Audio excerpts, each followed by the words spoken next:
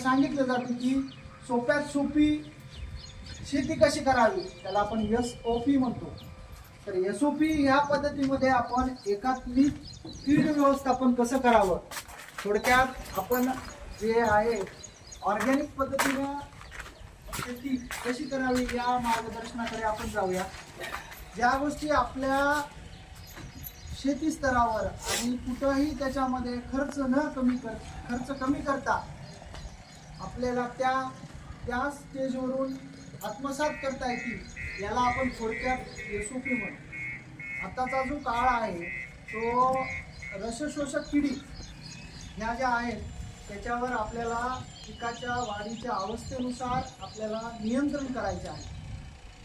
बाकीच्या ज्या काही रोग आहे त्याच्यामध्ये विविध येणारे कीटक आहेत, याच्यापेक्षा सध्याचा जो काळ चालू आहे त्या काळावर आपण सध्या चर्चा करू. म्हणजे ज्या काळानुसार त्या गोष्टी आपल्याला लवकर आत्मसात होतील.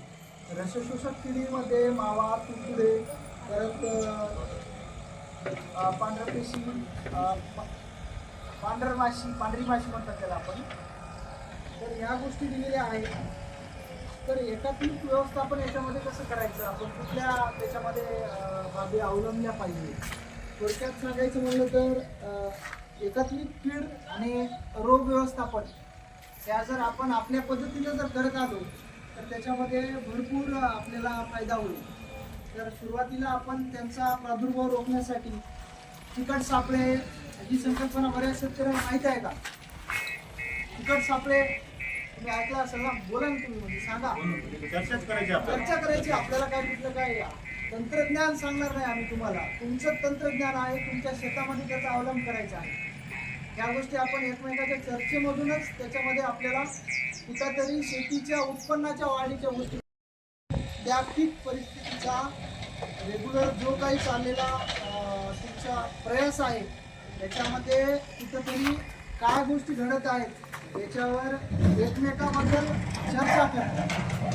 आणि तिसरी गोष्ट आहे आपला सर्वात महत्त्वाचा गोष्ट त्याच्यामध्ये किसान गोष्टी, म्हणजे तुम्ही स्वतःहून त्या गोष्टीला कुठंतरी प्राधान्य दिलं पाहिजे की हा मला ही अडचण आहे, मावा, तुडतुडे या गोष्टी सद्यस्थितीमध्ये येतात.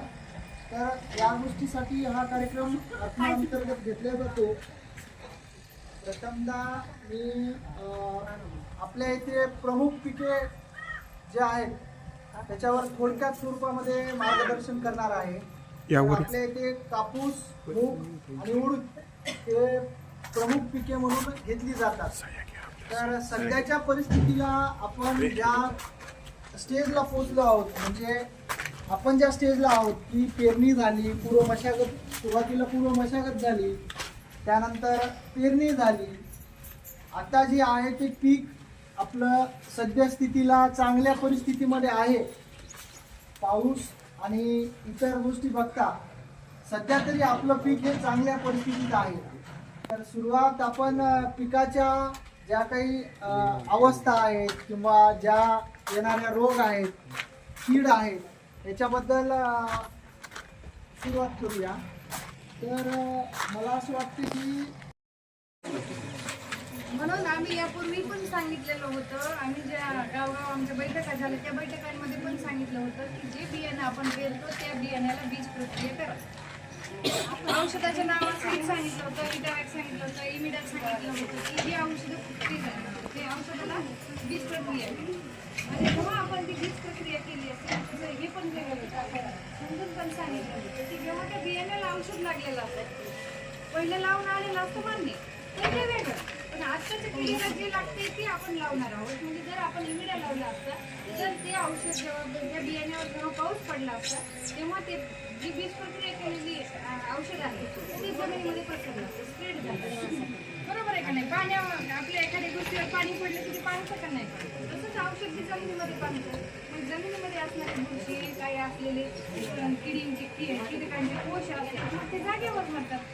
या गोष्टी होतच नाही. बरोबर आहे का नाही? पण आपण तसं न करता आपण काय करायला लागलो, आपण आत्ता जागे होतोय. मग आज तुम्ही मला एक गोष्ट सांगा, तुमचा एकर भराचा प्लॉट आहे आणि एवढा गेलं तर तुमचं किती नुकसान झालं? तुम्ही हा विचार करताय का आपल्या 4 ठिकाणी 5 ठिकाणी 6 ठिकाणी जर एवढं गेलं तर आपलं तुमचं एक खळाभर चाललं ना. एक खळा म्हणजे जवळपास तुम्हाला 50 किलोला फटका बसेल ना, कारण की उडी भाजर असते आणि ते